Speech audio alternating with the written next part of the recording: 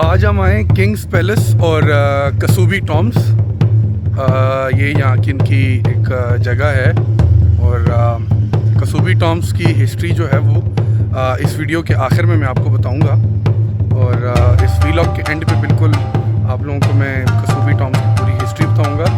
और जो Kings palace है वो एक यहाँ पे है और इनके 2-3 पैलेसेस और भी हैं। टॉम्स की जो एंट्रेंस है उसकी जो फीस है वो है $10 per person. So this is the house for the royal drums which were used for communication. They have different sound and different meaning.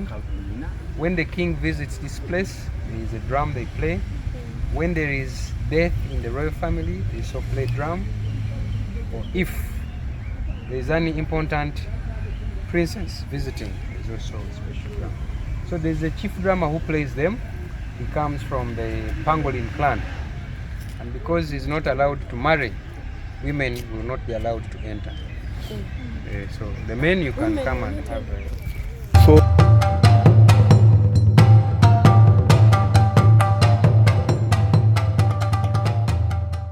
Kasubi Royal Tombs, which was originally a king's palace.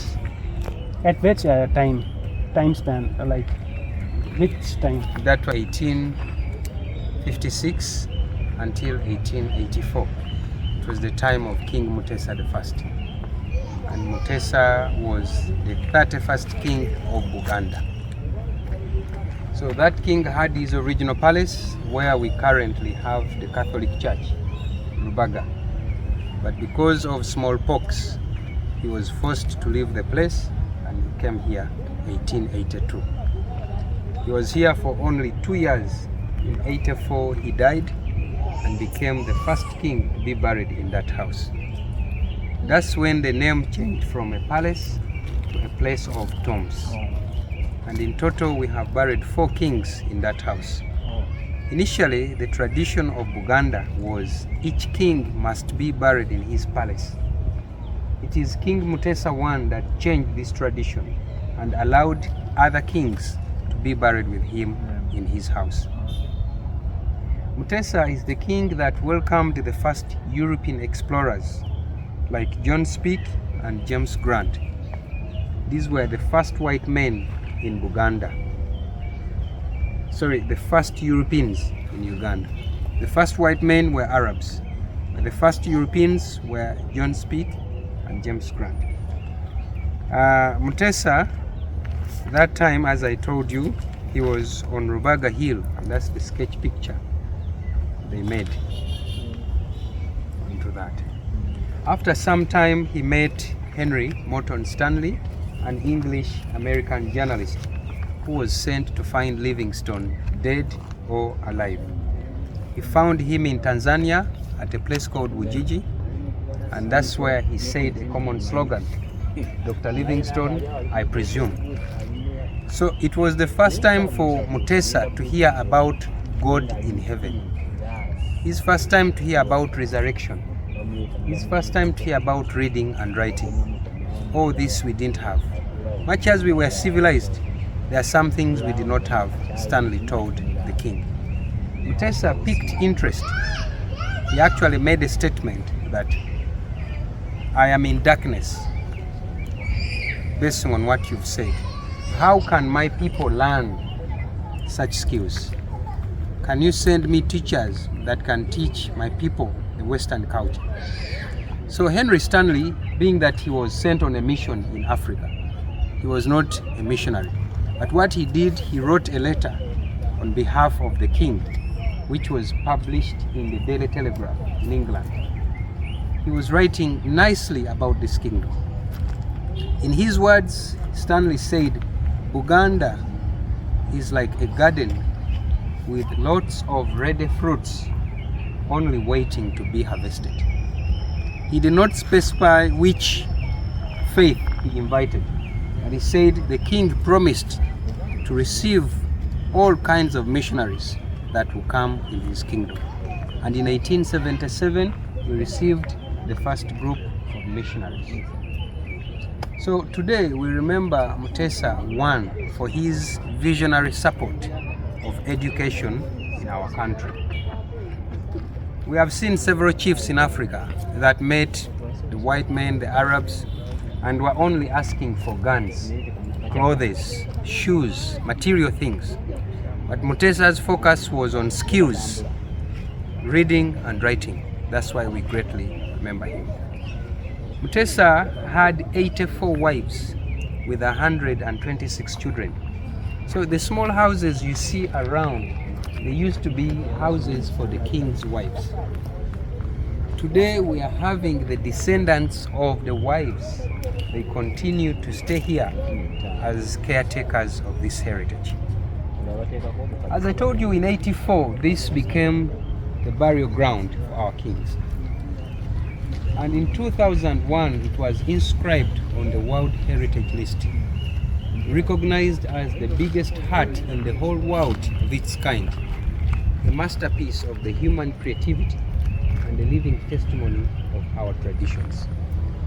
In 2010, we had a tragedy when the big hut was set on fire by a group of arsonists. By? The terrorists. Terrorists, oh. So that time Uganda's army was in Somalia for peacekeeping.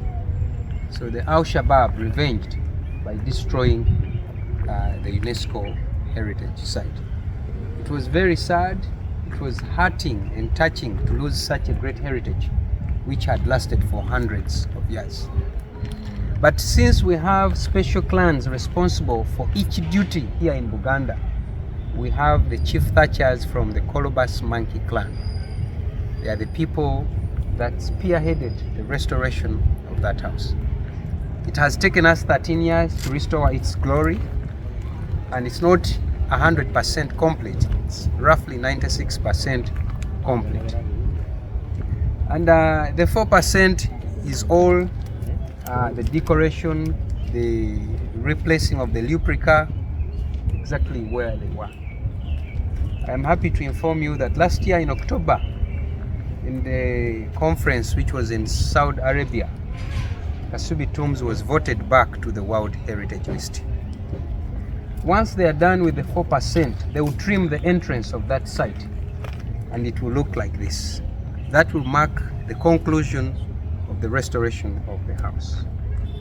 We are hoping, if everything goes well, around April, they will officially trim that entrance. Before we proceed, Baganda is a kingdom found in the southern part of Uganda. It covers a quarter of Uganda's land. We're approximately 10 million people, Baganda, out of 40 million in the whole country. But to remind you, Uganda is heterogeneous. It has over 38 tribes, different cultures, different languages, but we happily live together. Uganda expanded its territories by conquering land from the neighbors, but they did not chase away the people. They assimilated them, intermarried with them, and they became members of this kingdom, reflecting the right meaning of the word Baganda, because it literally means together.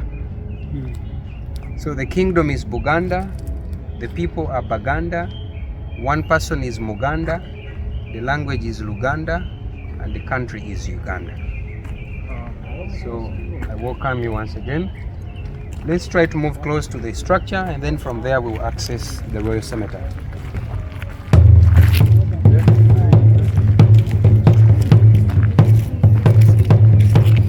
थी Uganda की थोड़ी सी history, थोड़ी तो नहीं थी, complete history थी कि Uganda नाम किस तरह पड़ा और कितनी ट्राइब्स से मिल के ये नाम युगांडा पड़ा। किंगडम का नाम कुछ और है, फिर उसके बाद जो यहाँ की लोकल लैंग्वेज है वो कुछ और है, हर ट्राइब की डिफरेंट लैंग्वेज है। सो ये उन सब का मिक्सचर है युगांडा। जो ये टॉम है किंग का, इसकी अभी ट्रिमिंग जो है वो नहीं की गई और अभी इसकी ओपनिंग जो है वो पेंडिंग है और सून ये टॉम जो है वो ओपन कर दिया जाएगा।